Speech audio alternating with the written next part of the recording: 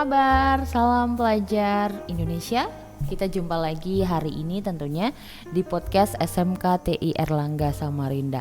Tapi hari ini ya ada sedikit hal berbeda yang ingin saya obrolin bareng bintang tamu saya tentunya ya. Agak beda karena juga membahasnya sesuatu yang beda. Baik, siang ini saya langsung saja perkenalkan ya siapakah narasumber yang akan saya ajak berbincang ataupun ngobrol-ngobrol ya mengenai sesuatu yang masih rahasia. Oke, saya langsung perkenalkan Ibu Tina Triwulansari Eskom MTI. Halo Ibu Tina. Halo Bu Tina, semangat Bu. Iya emang siang emang gitu. Karena kita syutingnya lagi siang ya. Iya. Nah Ibu Tina ini adalah Kaprodi ya. Kaprodi di salah satu jurusan atau prodi di PSDKU. Nah teman-teman pasti penasaran nih, PSDKU itu apa sih? Kita akan tanya lebih dalam, lebih banyak lagi kepada Ibu Tina lebih langsung. Oke Ibu Tina, pertanyaan saya di awal seperti tadi yang saya sampaikan, mungkin juga teman-teman di sini bertanya PSDKU itu apa sih? Gitu, karena beberapa mungkin tidak familiar ya dengan sebutan tersebut. Ya baik, bismillahirrahmanirrahim. Ya, jadi memang kalau untuk kita ngomongin perguruan tinggi gitu, tidak semua memang tahu tentang apa itu PSDKU. Nah, sebenarnya PSDKU ini adalah program studi di luar kampus utama, yaitu misalkan ada kampus nih di sebuah kota, kemudian dia ada program studi yang di luar kota, nah itu disebut dengan namanya PSDKU. Nah, yang hari ini akan kita bahas ini adalah PSDKU Universitas Mulia yang ada di Kota Samarinda. Yang ada di Kota Samarinda. Iya. Karena mungkin ada yang dengar juga nih ada Universitas Mulia kan bukannya di Balikpapan tuh Iya, gitu benar, ya. Benar. Nah, kita ini adalah yang apa ya namanya ya? Kampus cabang gitu nggak sih sebutannya, bisa gitu nggak sih? Nggak juga ya? Enggak juga sih. Kalau kampus cabang mungkin semua prodinya juga akan dibuka di tempat yang sama. Misalkan di ini kampus pusatnya di Balikpapan nih. Yeah. Gitu. Kalau kampus cabang mungkin semua prodi yang ada di Balikpapan itu ada juga di sini gitu. Tapi kalau PSDKU ini tidak gitu. Jadi hanya prodi tertentu yang ada di sini gitu. Dan tidak menutup kemungkinan juga misalkan ada PSDKU nanti rencananya akan dibuka di kota lain dengan prodi yang beda dengan ada yang di sini. Bisa juga seperti itu bisa, ya. Nah buat teman-teman yang bertanya kenapa sih hari ini pembahasan kita mengenai PSDKU, karena kita ini masih satu yayasan ya di Erlangga Group gitu. Jadi ada SMK-nya ya. Kemudian kita juga punya yang atas adalah universitas ya, Universitas Mulia. Nah itu yang pusatnya di Balikpapan. Untuk yang di Samarinda sendiri itu dinamakan dengan PSDKU ya. Betul. Kampusnya ada di Jalan Pahlawan tuh.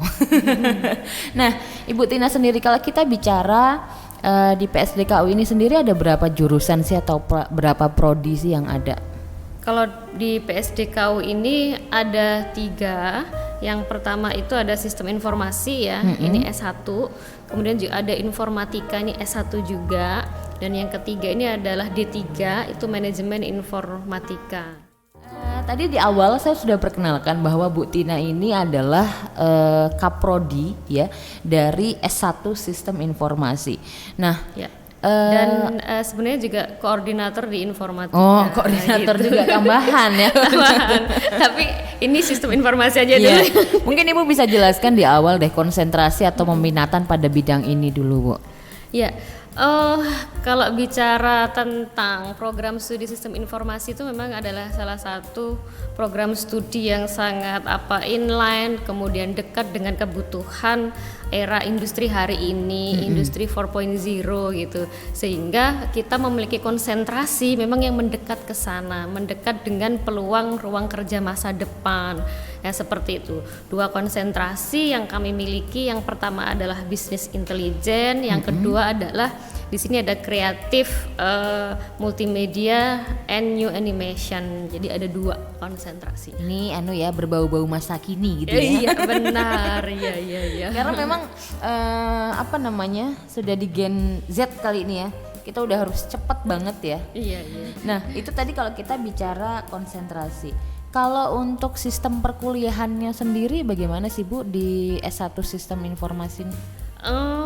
Kalau sistem perkuliahannya sih normatif seperti perkuliahan pada umumnya ya di kampus lain ya. Hanya saja gitu kita punya kelas yang kuliahnya di malam hari gitu ya, dari sore hingga malam hari gitu, sehingga mampu mengakomodir para pekerja yang pengen kuliah lagi gitu. Nah itu ya, kita ada kelas sore sampai malam gitu. Terus kemudian juga sistem perkuliahan yang didukung dengan dosen nih pengajar, kami komposisinya ada dari praktisi, ada juga dari akademisi. Akademisi ini yang akan menjaga gitu pembelajaran itu sesuai keilmuan yang benar gitu ya, runtut metodologi dan seterusnya. Kemudian kalau yang dari sisi praktisi itu benar-benar mendekatkan keilmuan itu dengan teknologi yang digunakan di perusahaan gitu, sehingga apa yang digunakan oleh teman-teman dosen praktisi ini ditularin nih ke mahasiswa. Benar. Sehingga mahasiswa ini udah akrab dengan industri ini pakai apa ya gitu. Jadi tidak hanya sekedar teori dari dosen gitu ya. Benar, jadi tidak hanya sekedar teori dari dosen kemudian apa yang diajarkan yang menurut buku gitu tapi juga menurut di lapangan industri. Secara langsung yang diterapkan gitu. Nah kalau tadi Ibu bicara tentang komposisi pengajar ya, ada dari praktisi dan juga dari akademisi. Persentasenya berapa banyak sih Bu? Maksudnya untuk akademisi berapa persen, untuk praktisi berapa persen?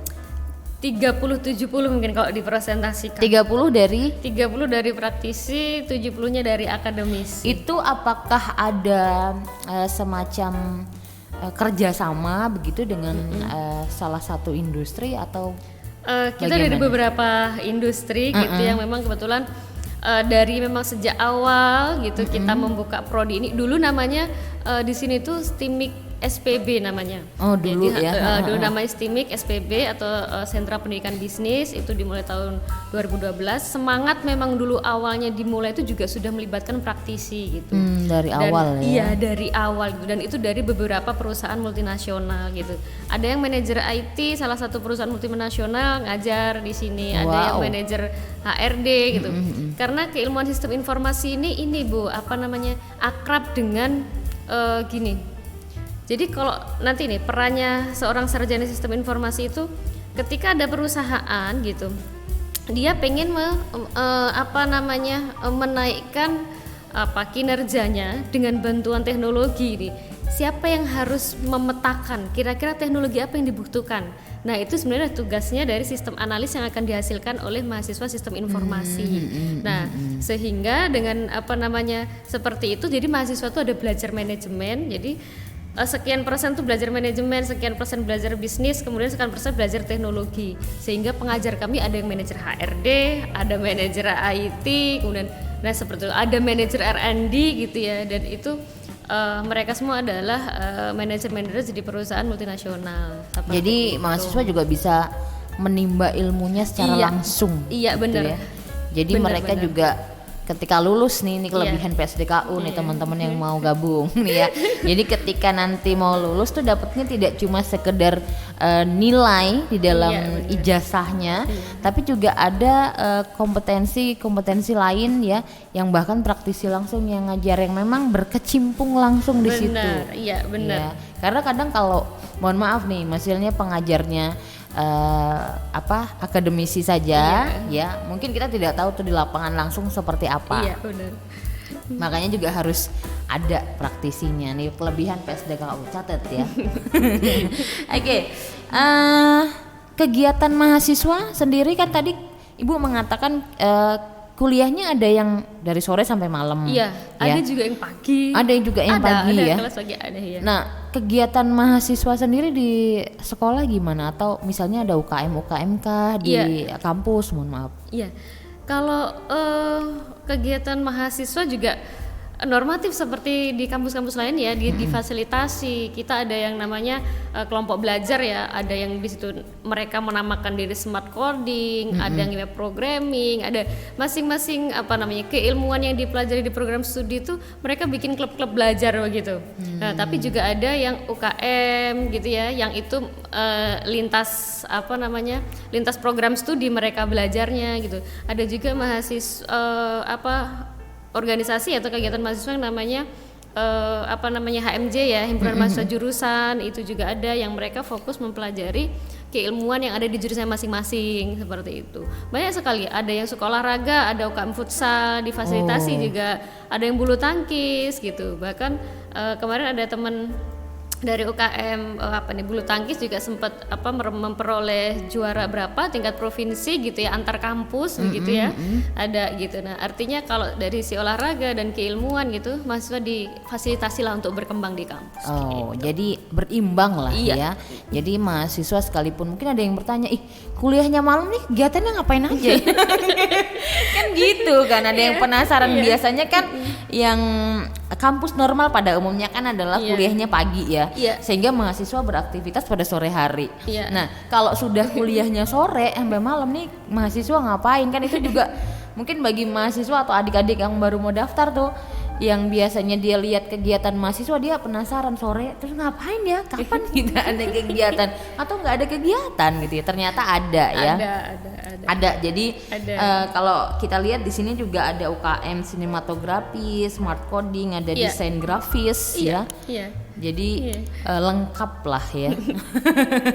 Paket lengkap. Kalau kita lihat sejauh ini ya Bu ya, untuk profesi setelah lulus atau anak-anak mahasiswa dari PSDKU ini setelah lulus nih bagaimana sih Bu? Ya, jadi kurikulum kami gitu ya, khususnya di program studi sistem informasi, ini adalah kurikulum yang memang di awal penyusunannya kita sudah melibatkan namanya DUDI, dunia usaha dunia industri. Kemudian melibatkan pakar ya dari asosiasi kayak Aptikom seperti itu gitu. Nah, dan dasar kami untuk menyusun kurikulum itu salah satunya adalah peta okupasi Kominfo namanya. Nah, Kominfo itu punya sudah list pekerjaan gitu, list pekerjaan bidang IT gitu, dari level lulusan SMA sampai S3 itu ada di situ. Nah, kemudian kami mengambil peran atau posisi di beberapa jenis pekerjaan itu gitu. Nah, akhirnya muncullah yang tadi dua konsentrasi itu. Ada yang bisnis intelijen. Nah, nanti outputnya gitu sesuai dengan jenis pekerjaan yang sudah dikeluarkan oleh Kominfo itu adalah sistem analis, web programmer, database administration, database designer, kemudian bisa jadi wirausaha yang di bidang teknologi informasi, kemudian konsultan itu dan kalau untuk yang konsentrasi multimedianya itu lebih dikembangkan ke pola pikir gitu ya, desain multimedianya. Dan nanti profesinya itu bisa jadi animator, bisa jadi desain grafis, terus kemudian ada konten kreator gitu. Jadi memang sesuatu yang berbau dengan sistem informasi lah. Kadang kita agak pusing juga ya menganalisis sebutan-sebutannya ini ya. Tapi memang zaman digital sekarang ini memang memerlukan hal-hal yang tadi ya Bu ya. Makanya juga konsentrasi dari sistem informasi ini adalah business intelligence dan juga creative animation and multimedia. Ya, ini juga sesuai dengan perkembangan yang sekarang nih udah pokoknya tidak boleh ketinggalan lah. Kampus-kampus dengan jurusan yang seperti ini ya, prodi seperti ini harus lomba terus nih ya. Iya. Berarti iya, pengajarnya juga harus. Iya benar. Iya benar. Pengajarnya juga tidak bisa santai-santai, tidak bisa iya, ya Bu bener, ya. nggak bisa. Kita juga sudah sering Update ini. terus ya Bu. Iya, bicara ke dosen gitu ya. Heeh. Kalau kita ini di teknologi ini nggak bisa seperti kayak dosen matematika Iya, gitu. benar-benar. Yang ilmunya statik begitu ya. Namanya penjumlahan tuh ada begitu Iya, gitu iya. ya. Tapi kalau di teknologi nggak bisa. Hari ini kita bicara misalkan apa tentang apa sistem analis gitu ya. Toolnya misalkan pakai yang perancangan apa terstruktur gitu ya. Berapa bulan kemudian bisa jadi sudah metodenya berbeda. Misalkan berorientasi objek ini Iya, misalkan udah terus begitu. Apalagi sekarang tool gitu yang bertebaran tuh banyak sekali Banyak, gitu ya. dan perusahaan ini pengalaman perusahaan tuh juga berganti-ganti begitu yang kita juga dosen mesti aware dengan semua perkembangan yang ada Iya, gitu dan iya. itu insya Allah kita dari prodi selalu setiap rapat semester itu ngingatin ke dosen ini loh teh si perusahaan udah ini yang digunakan Iya, loh misalkan iya, untuk perancangan itu kalau dulu saya zaman kuliah itu ya udah sendiri-sendiri namanya merancang sistem tuh sendiri Iya, iya, gitu ya betul. kalau sekarang kita banyak banget toolnya yang kolaboratif gitu ya ada yang pakai Miro ada yang pakai macam-macam Aduh, dan itu ya. semua bisa bareng mahasiswa jadi layar komputer kita tuh bisa rame dapat mahasiswa seru lah ya. Ya, kita tidak boleh tertinggal nampaknya Benar, ya. iya, Apalagi benar. pada jurusan ini nih. iya benar itu Sebagai kaprodi tantangannya pusing ya Bu ya. iya benar pusing sih iya benar juga sih iya pusing tapi ya seneng ya Ada pusingnya, ada senengnya. Ada gitu. senengnya, iya. Nah Bu, kalau kita lihat di prestasi mahasiswa tadi ada beberapa yang Ibu jelaskan termasuk pada bidang olahraga. Kalau prestasi pada bidang yang berkaitan dengan sistem informasi sendiri, apa saja ya Sis? ada tapi saya tidak ingat persis apa saja tapi yang saya ingat ini ya Bu ya yang saya ingat itu pernah juara 3 kemarin lomba nasional untuk desain sistem Go Green ke apa gitu ya yang diadakan oleh ITK gitu itu juara 3 kemudian pernah juara 2 itu lomba aplikasi yang berkaitan dengan COVID gitu ya itu yang diadakan oleh Universitas Pontianak atau apa tapi sekalinya juga nasional gitu ya terus kemudian apalagi saya ingat ya itu yang baru loh ya gitu yang lama-lama sudah agak lupa Yang lama-lama agak lupa ya. Di Iya, sini yang gitu. ada yang saya dengar nih juara 3 lomba aplikasi pembelajaran 2021 ya di sini ada nih ya. iya Ya, dan beberapa yang lain ada UKM-nya juga banyak organisasinya tadi juga sudah dijelaskan oleh Bu Tina jadi selain kita belajar ya mengenai keilmuan organisasinya juga di sini ditanamkan karena Iya. itu juga hal yang perlu gitu ya Iya, Bu ya benar. meskipun kita bekerja pada era digital kerjasama Iya, itu benar. juga mesti ada gitu. Iya, Nah iya. dalam organisasi itu pasti juga ada ya kan Iya, Bu artinya mahasiswa dengan dia ikut organisasi, dia berkumpul bersama dengan rekan-rekannya yang lain bahkan tadi beda prodi gitu Iya, ya benar. di UKM akan menimbulkan rasa kerjasama dan berbagi gitu loh ya. iya benar Berbagi pengetahuan, berbagi informasi tentunya. Iya. Nah, Bu, kalau kita lihat dalam PSDKU ini tentunya punya jadwal-jadwal pendaftaran. Ini lagi musim pendaftaran, iya Bu. benar kayaknya itu Ini intinya adalah waktu kita untuk promosi. Mari ya. Jadi kapan sih Bu? Sudah buka atau belum Bu? Karena saya lihat kampus-kampus lain ya, kampus-kampus lain itu sudah mulai membuka pendaftaran. Bagaimana dengan Universitas Mulia PSDKU yang di Samarinda ini? Oke, ya.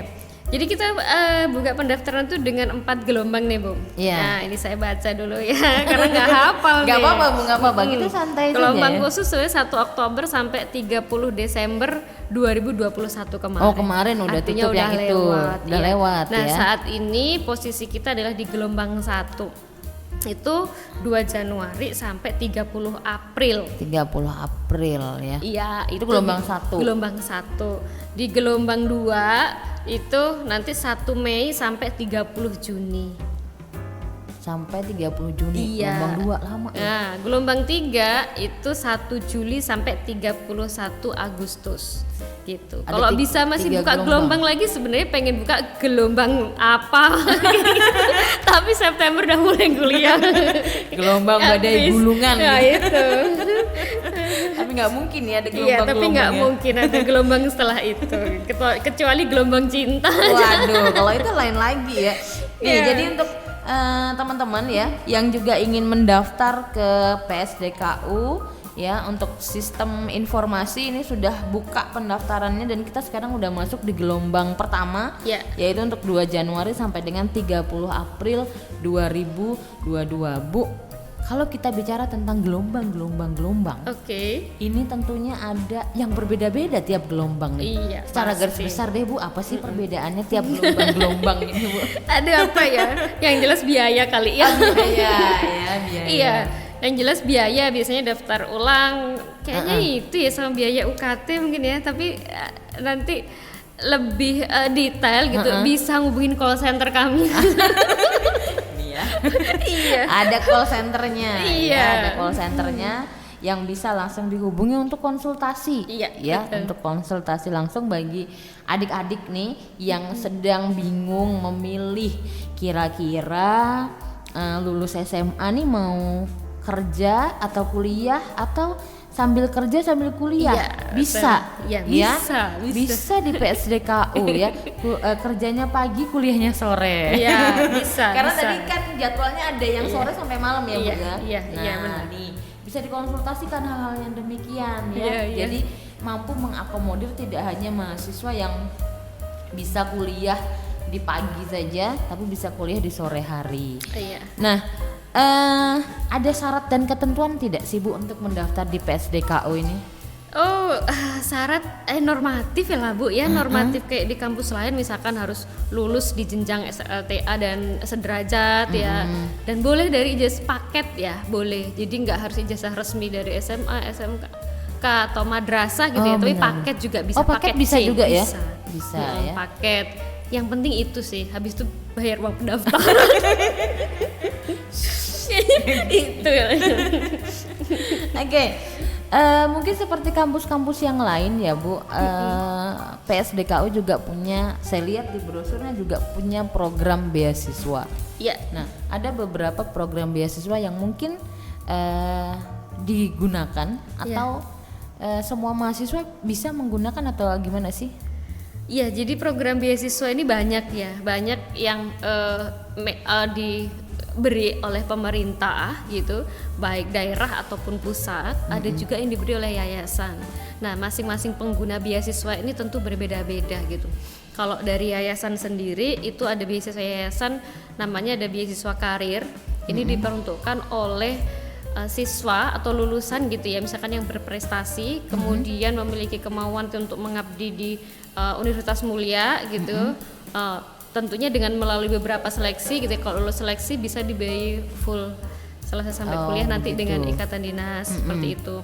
Dan ada juga beasiswa yang memang untuk yatim piatu dan tidak mampu gitu, kemudian dibuktikan dengan berbagai dokumen gitu, itu juga bisa mendapatkan beasiswa dari yayasan gitu. Yayasan Erlangga ini udah luar biasa sekali kalau untuk kontribusinya memajukan pendidikan ya, Betul, terutama betul, bagi betul. orang-orang yang kurang mampu seperti Iya. itu.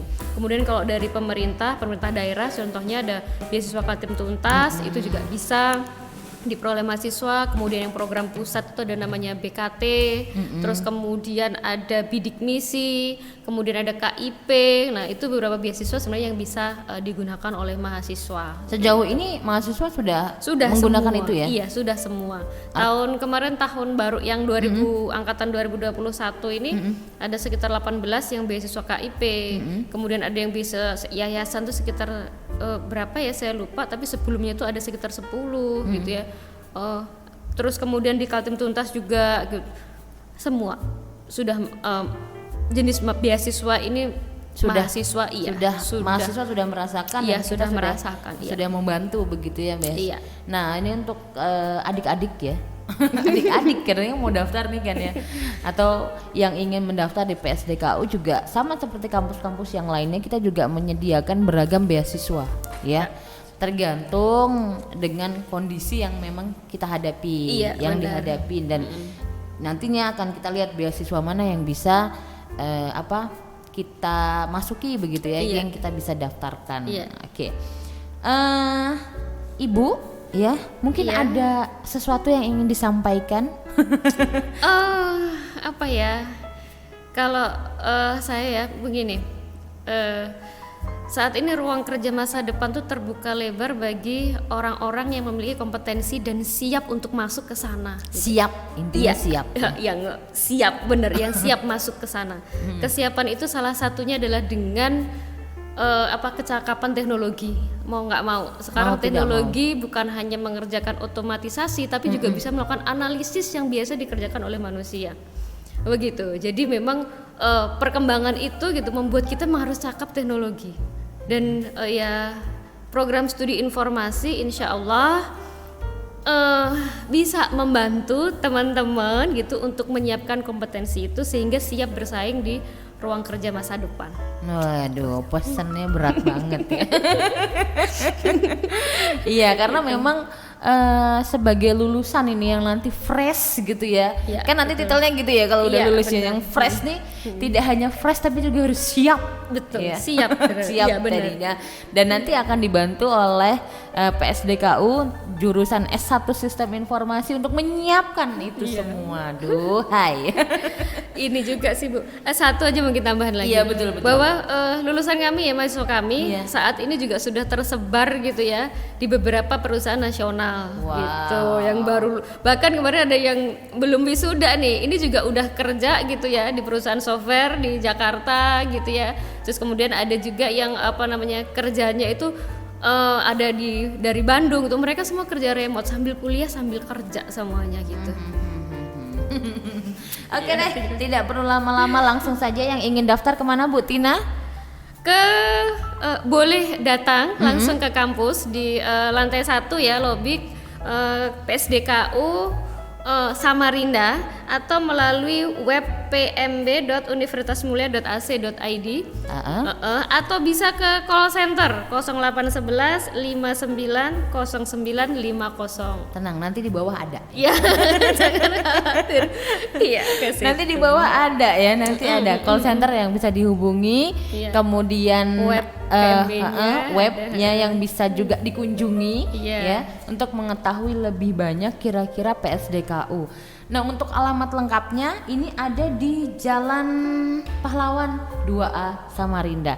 Nah, kalau teman-teman tanya, itu kan SMKTI. Iya, depannya SMKTI, belakangnya PSDKU. Oke, terima kasih Ibu Tina sudah Sama-sama. hadir ya hari ini di podcast kita untuk memperkenalkan PSDKU terutama pada jurusan S1 Sistem Informasi. Oke, Alhamdulillah. adik-adik ya, untuk kalian yang ingin mendaftar ke kampus pilihan kalian ya, jangan lupa masukkan PSDKU Samarinda sebagai salah satu pilihan kalian. Oke, terima kasih. Dah.